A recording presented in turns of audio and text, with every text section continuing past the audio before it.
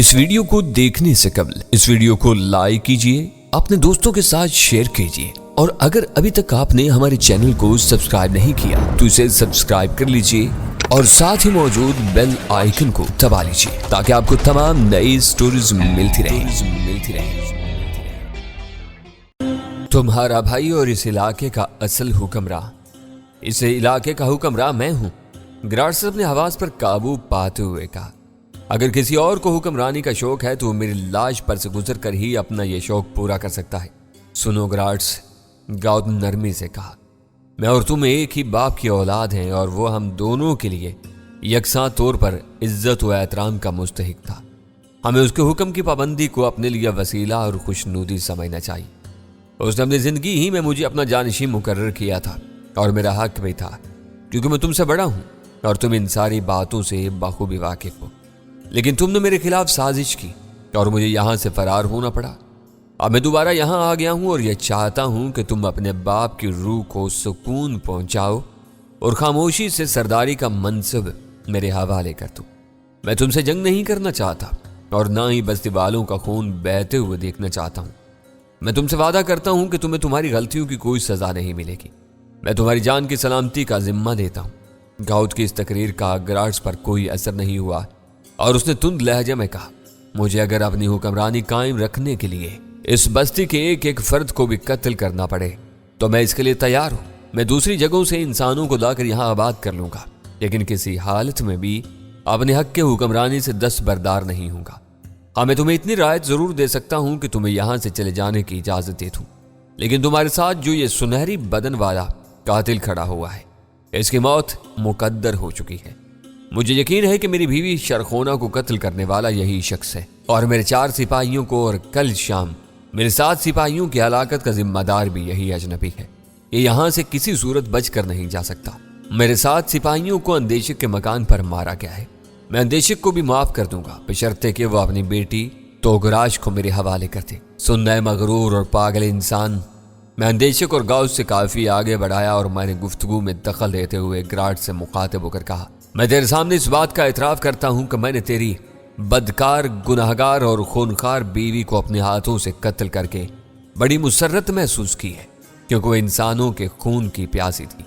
میں اس بات کا بھی اعتراف کرتا ہوں کہ میں نے تیری نابکار فوج کے 11 سپاہیوں کو موت کے گھاٹ اتارا ہے، اور یہ بھی بتا دوں کہ شیرانوں کو بھی میں نے تیری قید سے آزاد کرایا۔ تیرے لیے اب اس کے علاوہ اور کوئی راستہ نہیں کہ گاؤت کی پیشکش کو قبول کر لے اور اپنی جان بچا کر یہاں سے دفع ہو جا۔ سردار، اچانک ایک بھاری بھرکم آواز بلند ہوئی۔ مجھے اجازت دو کہ سنہری احمق کی زبان ہمیشہ کے لیے بند کر دوں۔ نہیں شوغلام، گراٹس نے کہا، یہ تمہارے شایان شان نہیں۔ تم اس قدر چھوٹے آدمی کے خون سے اپنے ہاتھوں کو آلودہ کرو؟ تم تک پہنچنے کے لیے اسے ابھی کئی مراحل سے گزرنا ہوگا۔ میرے خیال کے لیے اس کے لیے تو قاؤت ہی کافی ہے۔ گراٹس نے اپنے محافظوں میں سے ایک شخص کو اشارہ کرتے ہوئے کہا، قاؤت آگے بڑھو اور اس بد زبان کی زبان ہمیشہ کے لیے بند کر دو۔ جو حکم سردار، قاؤت نے کہا۔ وہ ایک مضبوط تن و توش کا دراز قد آدمی تھا اور اس کا سینہ بہت چوڑا تھا۔ وہ اپنی جگہ سے اچھل کر میرے اوپر اچانک آ گرا اور ہم دونوں زمین پر آ گرے۔ اس دھکے کے لیے میں تیار نہیں تھا، بہرحال اس سے کیا فرق پڑتا تھا۔ قاؤت نے اپنے دونوں ہاتھوں سے میرا گلا دبانے کی کوشش شروع کر دی۔ میں نے اپنے گلے کو اس کی گرفت سے چھڑانے کی بجائے اسے طاقت آزمائی کا پورا موقع دیا۔ اسے پوری طاقت صرف کر دی اور پھر وہ بری طرح ہانپنے لگا۔ اس کی آنکھوں سے خوف جھانکنے لگا تھا۔ اسے میرا گلا لوہے کا بنا ہوا لگ رہا تھا۔ سارے لوگ غور سے اس جد و جہد کو دیکھ رہے تھے، اور جب میں نے دیکھا کہ قاؤت کی حالت غیر ہو رہی ہے تو میں نے اسے بازو سے پکڑ کر اپنے اوپر سے اتار دیا۔ پھر اس کے بازو کو پکڑے اسے زور سے گھما کر گراٹس کے محافظوں کی طرف اچھال دیا۔ قاؤت کے ہڈیوں کے کڑکڑانے کی آوازیں بلند ہوئیں۔ اس کا مردہ جسم ایک گھوڑے کے قدموں کے پاس گرا اور گھوڑا ہننا کر پیچھے ہٹ گیا۔ گراٹس کی آنکھوں سے شعلے نکلنے لگے۔ اس کے خصوصی محافظوں کے ہاتھ اپنی اپنی تلواروں کے دستوں پر پہنچے۔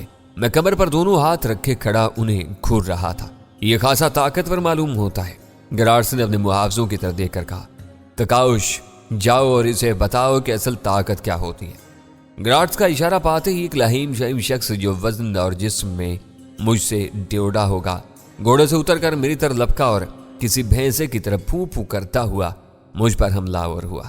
लेकिन मैंने उसे ज्यादा किस्मत आजमाई का मौका नहीं दिया और इसके सर पर एक हल्का सा हाथ मारा और उसे कैद हयात से निजात दिला दी। इसकी खोपड़ी रेजा रेजा हो गई थी और उसका भारी भरकम बदन खाक व खून में लौटने लगा। शोगुलाम! अचानक ग्राड्स अपने हल की पूरी कुव्वत से धाड़ा। इसने तकाउश को भी हलाक कर दिया। इसका खून पी ले शोगुलाम, इसके टुकड़े टुकड़े कर दी। ग्राड्स के कहने की देर थी कि गोश्त पोस्ट का एक पहाड़ हैरत अंगेज फुर्ती से मेरी जानी पड़ा। बिला मुबालगा शोगुलाम का जिस्म मुझसे 2 गुना बड़ा होगा। इसका कद भी बहुत लंबा था। वो इंसान की बजाय कोई देव मालूम होता था। वो खौफनाक आवाजें निकालता हुआ मेरी तरफ बढ़ा और मुझसे कुछ फासले पर ही था कि उसने नाकाबिले यकीन सुरात के साथ हवा में उछलकर मेरे सीने पर पूरी कुव्वत से अपनी लात मारी। इस सूरत हाल के लिए मैं तैयार था। इस लात के मेरे सीने पर पड़ने से बहुत ही जोरदार धमाके की आवाज पैदा हुई। मेरे पीछे खड़े हुए अंदेशक और गौत के मुंह से चीखें निकल गईं। लेकिन दूसरे ही लम्हे वहां मौजूद हजारों लोगों ने एक नाकाबिले यकीन मंजर देखा। मैं किसी संगी सतून की तरह अपनी जगह खड़ा था और शोगुलाम की भारी भरकम टांग मेरे हाथ में थी और उसका जिस्म अपने तवाजुन से महरूम होकर नीचे लटक गया था और वो फिर से खड़ा होने की नाकाम कोशिश कर रहा था। लेकिन मेरे झटके के सबब बार बार नीचे गिर जाता था। शोगुलाम के दोनों हाथ आजाद थे। वो अपने हाथों से मुझे पकड़ने की कोशिश करने लगा और मैंने उसको मौका दिया। उसने अपने दोनों मोटे मोटे हाथों से मेरी पिंडली पकड़ी और मुझे गिराने की कोशिश करने लगा। मैंने जरा देर उसे ये तमाशा करने दिया और फिर अपनी कमर को उसके गिरफ्त से आजाद करा लिया और साथ ही चरखी की तरह घुमाना शुरू कर दिया। देखने वालों की चीखें निकल गईं। शोगुलाम का मनोवजनी बदन मेरे हाथों में किसी बड़े से परिंदे की तरह घूम रहा था और फड़फड़ा रहा था। शोगुलाम की जुबान से चीखें निकल रही थी। हर शख्स को नजर आ रहा था कि शोगुलाम की जिंदगी में चंद ही लम्हात बाकी हैं। मुझे शोगुलाम को हलाक करने की जरूरत नहीं पड़ी। बहरहाल ग्राड्स ही की तरफ से एक तीर सनसनाता हुआ आया और मेरी बजाय शोगुलाम के पेट में बस्त हो गया। खून का दरिया बहने लगा और शोगुलाम को मैंने जमीन पर डाल दिया। इसी असना में एक दूसरा तीर सनसनाता हुआ है। मैंने उसे हवा ही में पकड़ लिया। इसे चारों तरफ से घेर कर मार डालो। ग्राड्स ने एकदम हुक्म दिया। इसकी हलाकत के बाद ही बागियों से निपटा जाएगा। 30 घुड़सवार आनंद फानंद मेरी चारों तरफ जमा हो गए थे। कुछ ही देर बाद वो तमाम लोग मेरे सर पर पहुंच गए थे।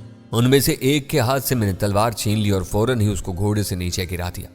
दरअसल प्रोफेसर, मैं अपनी कुव्वत का भरपूर मुजाहरा करने से गुरेज करना चाहता था, इसलिए मैंने उस सिपाही की तलवार के साथ उसकी ढाल पर भी कब्जा कर लिया ताकि देखने वालों को ये तासुर दे सकूं कि मैं दुश्मनों के वार ढाल पर रोक रहा हूं। और उसके साथ ही मैं सिपाही के घोड़े पर सवार हो गया। इस सारी कार्रवाई में मुझे बामुश्किल चंद सेकंड का वक्त लगा होगा। इस असना में बाकी सवारों के हमलों का सिलसिला शुरू हो गया था। इनकी तलवारें बिजली की तरह लपक रही थी और मैं ऐसा जाहिर कर रहा था गोया इनके वार मैं अपनी ढाल पर रोक रहा हूं। इसके साथ हर लम्हे एक सरकट कर नीचे गिर रहा था। मैंने सरों की ये खेती इतनी तेजी से काटनी शुरू कर दी कि देखते ही देखते चंद मिनट के अरसा में सिर्फ 5 सवार जिंदा रह गए और 25 को मैंने ठिकाने लगा दिया। मेरी नजर ग्राड्स पर पड़ी, जो बड़े गौर से इस अजीबो गरीब मंजर को बड़े गौर से देख रहा था, जिसमें सिर्फ एक आदमी के हाथों उसके 25 सिपाही मारे जा चुके थे। ग्राड्स के चेहरे पर खौफ के आसार पैदा होने लगे। 5 में से एक सिपाही और मारा गया और उसके साथ ही ग्राड्स ने अपने दूसरे फौजी दस्ते को इशारा किया कि वो मुझ पर हमला कर दे, लेकिन मैंने उसका मौका नहीं आने दिया। मैंने बिजली की सी तेजी से अपना घोड़ा आगे किया और आने वाहिद में ग्राड्स के सर पर जा पहुंचा। फिर मैंने उसे किसी छोटे बच्चे की तरह घोड़े पर से उठा लिया और अपने सामने बिठा लिया। इसका पूरा जिस्म किसी खजार सीधा पत्ते की तरह कांप रहा था। ग्राड्स को मेरे कब्जे में देखकर उसके सिपाहियों की पेशकदमी रुक गई। अब वो मुझ पर हमला नहीं कर सकते थे। अगर किसी ने एक कदम भी आगे बढ़ाया तो ग्राड्स की लाश का खून में तर पड़ी नजर आएगी। मैंने चिल्लाकर कहा और इसी के साथ मैंने अपनी तलवार ग्राड्स की गर्दन की पुष्ट पर रख दी। ग्राड्स, मैंने कहा, तुम्हें शिकस्त हो चुकी है। अपने सिपाहियों को बिला वजह हलाक मत करवाओ। तुम्हारी जान की जमानत दी जा चुकी है। हुकूमत से दस्तबरदारी का ऐलान करो और गाउत को इलाके का हुक्मरान तस्लीम करो। मैं तुम्हें आखिरी मौका देता हूं। अगर तुमने इस बात को नहीं माना तो मैं तुम्हें कत्ल कर डालूंगा। मैं मानता हूं। ग्राड्स ने किसी खौफजदा बकरी की तरह मियाते हुए कहा, मेरी जान बख्श दो। मैं गाउत के हक में हुकूमत से दस्तबरदार होता हूं। सुना तुमने? मैंने ग्राड्स के लश्करियों से मुखातिब होकर कहा, तुम्हारे सरदार ने शिकस्त तस्लीम कर ली है। मैं तुम्हें हुक्म देता हूं कि तुम में से हर शख्स गाउत के साथ वफादारी का ऐलान करे जो इस इलाके का असल हुक्मरान है। तो गिरार्ड्स का बड़ा भाई है। आपने अपने हथियार नीचे रख दो और नए सरदार से वफादारी का ऐलान करो। गिरार्ड्स के फौजी सख्त हैरान परेशान थे। किसी बड़ी लड़ाई के बगैर ही जंग का फैसला हो चुका था, ताहम इनके पास मेरी बात मानने के अलावा और कुछ चारा भी नहीं था। चुनाचे इन सब ने बेचूच राम मेरे हुक्म की तामील की। बस्ती के लोग खुशी के मारे दीवाना वार रक्स करने लगे और गाउद के गिर्द एक मेला लग गया। मैंने गिरार्ड्स को घोड़े से उतारा। इसका रंग जर्द हो रहा था। इसे साथ लिए हुए मैं गाउद के पास पहुंचा। लोगों ने हमारे लिए रास्ता छोड़ दिया। गाउद और अंदेशक साथ साथ खड़े हुए थे। अंदेशक ने नफरत से गिरार्ड्स को देखा। गिरार्ड्स गाउद की हुक्मरानी का रस्मी ऐलान हो जाने के बाद हम लोग महल के अंदर दाखिल हुए। देखते ही देखते सारी वफादारियां बदल गई थी और वो गाउद के आगे पीछे फिर रहे थे। मैंने अंदेशक से पूछा कि अब गिरार्ड्स के साथ क्या सलूक किया जाए। इसे इस कमरे की तरफ ले चलो जहां इसने शेरानों को कैद कर रखा हुआ था। अंदेशक ने कहा, फिलहाल हम इसे वहीं बंद करेंगे। हम दोनों गिरार्ड्स को साथ लेकर उस तरफ रवाना हुए। मुलाजमीन की एक जमयत हमारे पीछे पीछे चल पड़ी, लेकिन अंदेशक ने इन सबको रोक दिया। उसने गाउद को हमारे साथ आने से मना कर दिया। सिर्फ मैं और वो गिरार्ड्स को लेकर उस तरफ रवाना हुए। गिरार्ड्स की हालत मुर्दों से बदतर हो रही थी। उसे चलने में सहारे की जरूरत थी। और फिर अंदेशक ने एक नहायत नापसंदीदा हरकत की। जैसे ही हम इस इमारत में दाखिल हुए, जहाँ पहले शेराना कैद थी, वैसे ही उसने सुरात के साथ अपना खंजर निकालकर गिरार्ड्स के पेट में भोंक दिया। गिरार्ड्स कराह कर जमीन पर गिर पड़ा और लौटने लगा। इमारत में बिल्कुल सन्नाटा था और हम दोनों के अलावा कोई तीसरा शख्स इस वाक़े को देखने वाला मौजूद नहीं था। ये तुमने क्या किया अंदेशक? मैं नागवारी के साथ कहा। इसके जराइम के मुकाबले में ये सजा भी बहुत कम है। अंदेशक ने इत्मीनान के साथ कहा, लेकिन मैं और गाउद दोनों इसे जान की अमान दे चुके थे। मैंने कहा, मुझे मालूम है, उसने बेपरवाही से कहा, लेकिन इसका जिंदा रहना सख्त खतरनाक था। ये किसी वक्त भी हम लोगों के लिए परेशानी का बायस बन सकता था। ताहम मुझे तुम्हारी यह हरकत पसंद नहीं आई। मैंने कहा, इंसान को अपनी जुबान का पास रखना चाहिए। झूठे और बदकार आदमी से किए हुए वादे की कोई अहमियत नहीं होती। उसने डटाई से कहा। मैं खामोश हो गया, लेकिन मुझे उसकी यह हरकत कतन पसंद नहीं आई थी। उसने एक ऐसे इंसान पर हाथ उठाया था जिसे मैं उसकी जान के तहफ्फुज का यकीन दिला चुका था। इसने गिरार्ड्स के मुर्दा जिस्म को घसीट कर उसी कमरे में डाल दिया जिसमें कल रात तक शेराना कैद थी, और दरवाजे को बाहर से बंद कर दिया। मैं थोड़ी देर बाद इसके दफनाने का बंदोबस्त करूंगा, बूढ़े अंदेशक ने मुझसे कहा। मैंने इसे तन्हाई में लाकर इसलिए मारा है क्योंकि मैं सारे लोगों के सामने से कत्ल करना नहीं चाहता था। इसकी वजह यह है कि सब लोगों पर तुम्हारी बदअहदी आश्कार हो जाती। मैंने संजीदगी से कहा, तुम उसे बदअहदी का नाम दे सकते हो, बूढ़े अंदेशक ने कहा, लेकिन मैं इसे मसलहत से ताबीर करूंगा। हम लोग दोबारा महल के वस्ती हिस्से में वापस आ गए, जहां बहुत से फौजी सरदारों के दरमियान गाउद घिरा हुआ बैठा था। वो सब के सब उसे अपनी वफादारियों का यकीन दिला रहे थे। गाउद का हुलिया तब्दील हो चुका था। अब उसके जिस्म पर शाही पोशाक थी। वो बिल्कुल दूसरा गिरार्ड्स नजर आ रहा था, और उसे देखने वाला कोई भी शख्स ये नहीं कह सकता था कि वो गिरार्ड्स नहीं है। मैंने मुस्कुराकर गाउद को मुबारकबाद दी और उसके बाद मैं गाड़ी लेकर अंदेशक के साथ उस गार की तरफ रवाना हुआ जहाँ शेराना और तोगराश मौजूद थी। अब हम लोगों को वहां छुप कर रात की तारीकी में जाने की जरूरत नहीं थी। हम खुल्लम खुल्ला दिन के उजाले में भी बस्ती से गुजरते हुए उधर रवाना हुए। गाड़ी में खुद हाँक रहा था और अंदेशक मेरे बराबर बैठा हुआ था। हम जिधर से भी गुजरते, खुश और मुतमईन लोग हमें देख देख कर हाथ हिलाते। बहुत से लोगों ने रास्ते में गाड़ी को कई जगह रोका और मेरे हाथ चूमे। इन्होंने मुझे निजात दहिंदा करार दिया और मुझे दुआओं से नवाजा। मैंने अंदाजा लगा लिया कि अंदेशक शायद मेरी मकबूलियत से ज्यादा खुश नहीं है। बहरहाल ये बात मेरे लिए बिल्कुल बेमानी थी। जब हम लोग इस गार के नजदीक पहुंचे तो शेराना और तोगराश हमारी मुंतजिर थी। मुझे जिंदा देखा तो वो दोनों खुशी के मारे पागल होगी, और जब मैंने इन्हें ये खबर दी कि गिरार्ड्स को शिकस्त हो गई है और गाउद बस्ती का नया हुक्मरान बन गया है, तो वो दोनों खुशी के मारे रो पड़ी। शेराना और अंदेशक की मौजूदगी में ही तो तोगराश ने मेरे दोनों हाथ थाम लिए और वारफ्तगी के आलम में उन्हें अपनी आंखों से रगड़ने लगी। तुमने मेरी इज्जत बचाई सुनहरी बदन वाली अजनबी, तुमने मेरे बाबा की जान बचाई, और यकीनन तुम्हारी मदद से असली गाउद को नकली गाउद पर फतेह हासिल हुई। तुम अजीम हो, तुम हम सब लोगों के लिए निजात दहिंदा बनकर आए हो। तुम्हारा शुक्रिया अदा करने के लिए हमारे पास अल्फाज नहीं। मैंने उसके दोनों हाथों को मोहब्बत से थाम लिया। शेराना हम दोनों को देख देख कर मुस्कुरा रही थी। अंदेशक जबरदस्ती मुस्कुराने की कोशिश कर रहा था। हम चारों गाड़ी में बैठकर महल की तरफ रवाना हुए। इस बार तोगराज के कहने पर मैं गाड़ी में उसके साथ पीछे बैठा और अंदेशक शेराना के साथ आगे बैठा। इस दफा गाड़ी अंदेशक हाँक रहा था। सुनो शाउल, तोगराज ने सरगोशी में मुझसे कहा, मैंने अम्मा शेराना से बात की है, वो मेरे बाबा से बात करेगी। मगर मैं भी बेवकूफ़ हूं कि मैंने तुमसे तो कुछ कहा ही नहीं। न जाने तुम इसके लिए तैयार हो गए या नहीं। मैं तो तोगराज का मतलब तकरीबन समझ चुका था। तब मैंने उससे पूछा, तुमने शेराना से क्या बात की है? ओह, तुम समझते क्यों नहीं? उसने एक अंदाजे दिलरुबाई के साथ आंखों में आंखें डालकर कहा, चांद की दुनिया से आए हुए इंसान, मैं तुझे देखकर अपना सब कुछ हार बैठी हूँ। तुम मेरी जिंदगी में दाखिल होने वाले पहले मर्द और आखिरी भी। अब मैं तुम्हारे बगैर जिंदगी का तसव्वुर भी नहीं कर सकती। मैंने अम्मा शेराना से कहा है कि वो बाबा से इस बारे में गुफ्तगू करें और हम दोनों जिंदगी भर के लिए एक दूसरे के साथी बन जाएं। मैं तोगराज के मासूमाना और पाकीज़ा जज्बात के इजहार पर दिल ही दिल में मुस्कुरा उठा। मुझे शुरू ही से इस बात का अंदाजा था कि वो मुझे पसंद करने लगी है। मैं भी कुछ दिन तक सुकून और अमन के साथ जिंदगी के दिन गुजारना चाहता था। एथेंस में जब शरंजाना मुझे मिल गई थी तो उस वक्त मैंने यही सोचा था कि अब कुछ दिन आराम के साथ गुजारूंगा और शरंजाना के साथ गांव के हंगामों से दूर निकल जाऊंगा। लेकिन मेरा वो ख्वाब शर्मिंदा ताबीर नहीं हो सका और शरंजाना अस्तोनिया की खूनी साजिशों का शिकार होगी। अब मुझे तोगराज मिली थी जो शरंजाना ही की तरह हसीन और तरहदार होने के अलावा कम सिन। चुनाचे मैंने इसके जज्बात की पजीराई करते हुए कहा, मुझे तुम्हें हासिल करके बेहद खुशी होगी। थोड़ी देर बाद हम लोग महल में पहुंच गए। शेराना और तोगराज दोनों ही गाउत की नई सज धज देख कर दंग रह गई। पूरा नक्शा ही बदला हुआ था। गाउत ने शेराना और तोगराज का दिली मुसर्रत के साथ इस्तकबाल करते हुए कहा, सरदारी के हसूल में मेरी अपनी कोशिशों का कोई दखल नहीं। जो कुछ है वो शाउल की तफैल है। अगर ये सुनहरी बदन वाला बहादुर नौजवान मेरा साथ न देता तो मैं तो शायद जंगल ही में मर कब कर खत्म हो जाता। इसलिए मैंने फैसला किया कि शाउल को अपना वजीर आजम बनाऊंगा और मुझसे ज्यादा बाइख्तियार शख्स यही होगा। नहीं गाउत, मैंने सख्ती के साथ उसे मना करते हुए कहा, मैं तुम्हारा साथ इसलिए नहीं दे रहा था कि मुझे तुम्हारी हुकूमत में कोई ओहदा दरकार है। हम दोस्त बन गए थे और मैंने महज हक के दोस्ती अदा किया है। जहां तक वजारत उज़्मा का ताल्लुक है तो इस मनसब के लिए तुम किसी उम्र रसीदा और तजर्बाकार शख्स का इंतखाब करो और मेरे ख्याल में तुम्हें इसकी तलाश में ज्यादा परेशान होने की जरूरत नहीं है।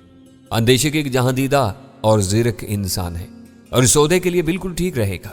कालबन गाउत और अंदेशक दोनों में से किसी को भी इस बात की तवक्का नहीं थी कि मैं वजारत उज़्मा के मनसब को कबूल करने से इनकार करके इसके लिए अंदेशक का नाम पेश कर दूंगा। वो दोनों हैरान हैरान नजरों से मुझे देखने लगे। मेरी दिली ख्वाहिश है कि मेरी बजाय तुम ये मनसब संभालो, अंदेशक ने कहा। मैं साफ तौर पर महसूस कर रहा था कि वो महज ऊपरी दिल से ये बात कह रहा है। नहीं अंदेशक, मैंने मुस्कुराते हुए कहा, तुम लोग मुझे इस चीज से मुआफ रखो। अलबत्ता मैं तुमसे एक और चीज मांगता हूँ, उम्मीद है इनकार नहीं करोगे। वो क्या? बैक वक्त अंदेशक और गाउत की जुबान से निकला, मैं तुमसे तोगराज को मांगता हूँ। मैंने अंदेशक की तरफ देखते हुए कहा, मैं इससे शादी करना चाहता हूँ। अंदेशक और गाउत दोनों हैरत से मुझे देखने लगे। इन्हें शायद इस बात की तवक्का नहीं थी। जाहिर है कि मेरे लिए इनकार का सवाल नहीं पैदा होता, अंदेशक ने कहा, लेकिन मैं इस बारे में अपनी बेटी की राय जरूर मालूम करना चाहूंगा। ये उसकी दिली ख्वाहिश है। शेराना फौरन बोली, वो मुझे सब कुछ बता चुकी है। वो इस सुनहरी बदन वाले अजनबी को अपना शरीक हयात बनाना चाहती है। इस सूरत में मेरी तरफ से इजाजत है, अंदेशक ने कहा। मैं तुम दोनों को पेश की मुबारकबाद देता हूँ, गाउत ने खुश होकर कहा। कुछ दिनों बाद मेरी और तोगराज की शादी हो गई और हम दोनों महल ही के एक हिस्से में आराम से रहने लगे। अंदेशक अब वजीर आजम बन चुका था और पूरे इलाके में गाउत के बाद वो सबसे ज्यादा बाइख्तियार आदमी था। गाउत ने जल्दी ही इलाके के नज़्मो नस्क में दूर रस तब्दीलियां की। फौज को जराइम पेशा अनासिर से पाक किया गया और फौजियों के मजालिम का मुकम्मल तौर से खात्मा कर दिया गया। बस्ती के लोगों ने सुकून का सांस लिया और इनका एतमाद बहाल हुआ। चेहरों पर से खौफ और दहशत के साथ दूर हुए और उनकी जगह मुसरतों और शादियानों की ताबानी ने ले ली। हर शख्स को इस बात की इजाजत थी कि किसी भी नाइंसाफी की सूरत में वो शाही महल में इंसाफ आकर तलब कर सकता है। मैं तोगराज को पाकर बहुत खुश था और हम दोनों नहायत सुकून और इत्मीनान की जिंदगी गुजार रहे थे, बिल्कुल ऐसी ही जिंदगी जैसी कि मैं चाहता था। शेराना अब गाउत के साथ रह रही थी और बहुत खुश थी। वो गाउत के लिए कोई बहुत खूबसूरत दुल्हन तलाश करने में लगी हुई थी। मेरा ज्यादातर वक्त महल के अंदर ही गुजरता था। मैंने महल के उस हिस्से को जिसमें मेरा और तोगराज का कयाम था तरह तरह के पेड़ों और फूलों से सजा रखा था। गाउत के लाख मना करने के बावजूद मैं इस हिस्से में बागबानी का सारा काम खुद करता था और किसी माली को नहीं रखता था। अपने हाथ से काम करने में मुझे रूहानी सरूर हासिल होता था और जब कभी कभार मैं महल से निकलकर बाहर आ जाता तो जैसे चारों तरफ एक कयामत बर्पा हो जाती। लोग अपने काम काज छोड़ छोड़ कर मेरी तरफ आ जाते और मुझे घेर लेते।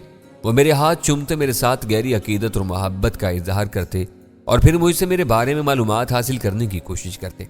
वो मेरी गैर मामूली शुजाअत का मुजाहरा देख चुके थे और उनके दिल मेरे लिए ममनूनियत के गहरे एहसास से लबरेज थे। मेरी शख्सियत उनके लिए जितनी ज्यादा हर दिल अजीज थी, इतनी ज्यादा पुरस्कार भी थी। मैं इनके लिए एक अजूबा था। यही वजह थी कि मैं बहुत ही कम बाहर निकलता था और महल के अंदर मिली लोगों से मुलाकात करने का कोई सवाल ही पैदा नहीं होता था। अलबत्ता रोजाना रात का खाना मैं और तोगराश, गाउत और अंदेशिक के साथ खाते थे। अंदेशिक ने अपना पुराना मकान छोड़ दिया था और वो महल में मुंतकिल हो गया था। शेराना पहले गाउत के साथ रह रही थी। चुनांचे रात का खाना हम सब लोग मिलकर खाते और इसी दौरान अंदेशिक और गाउत के साथ मुख्तलिफ मौज़ूआत पर मेरी गुफ्तगू होती।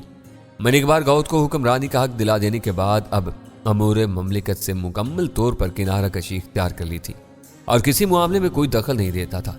तहम मैंने महसूस किया कि अंदेशिक, जो कि अब मेरा सुसर भी था, दिल से मुझे पसंद नहीं करता। अगरचे उसने रवैया में बज़ाहिर कोई ऐसी चीज़ को नहीं आने दिया जो मुझे ये सोचने पर मजबूर करती, लेकिन उसके चेहरे के तासुरात और उसकी आंखों की चमक अक्सर उसके दिली जज्बात की गुमाजी करते महसूस होते थे। जब कभी मैं बाहर निकलता, अंदेशिक मेरे साथ होता, तो लोगों की वारफ्तगी और दीवानगी देखकर अंदेशिक कुछ बुझ सा जाता। वह वज़ीर आज़म था, गाउत के बाद इलाके का सबसे ज्यादा बाइख्तियार और अहम शख्स, लेकिन मेरे सामने लोग उसे इस तरह नजरअंदाज कर देते गोया उसका कोई वजूद नहीं। खुद गाउत को मेरी मौजूदगी में वो हैसियत हासिल नहीं हो पाती थी जिसका वो बजा तौर पर मुस्तहिक था, और शायद यही बात अंदेशिक को खटकती थी। मैंने महसूस कर लिया था कि अब बस्ती में मेरा ज्यादा दिन तक गुजारा नहीं होगा। मैं सोच रहा था कि तोगराज को साथ लेकर कहीं और निकल जाऊं, ताकि अंदेशिक और गाउत मेरी वजह से जिस एहसास से कमतरी का शिकार हो गए हैं, इससे इन्हें निजात मिल जाए।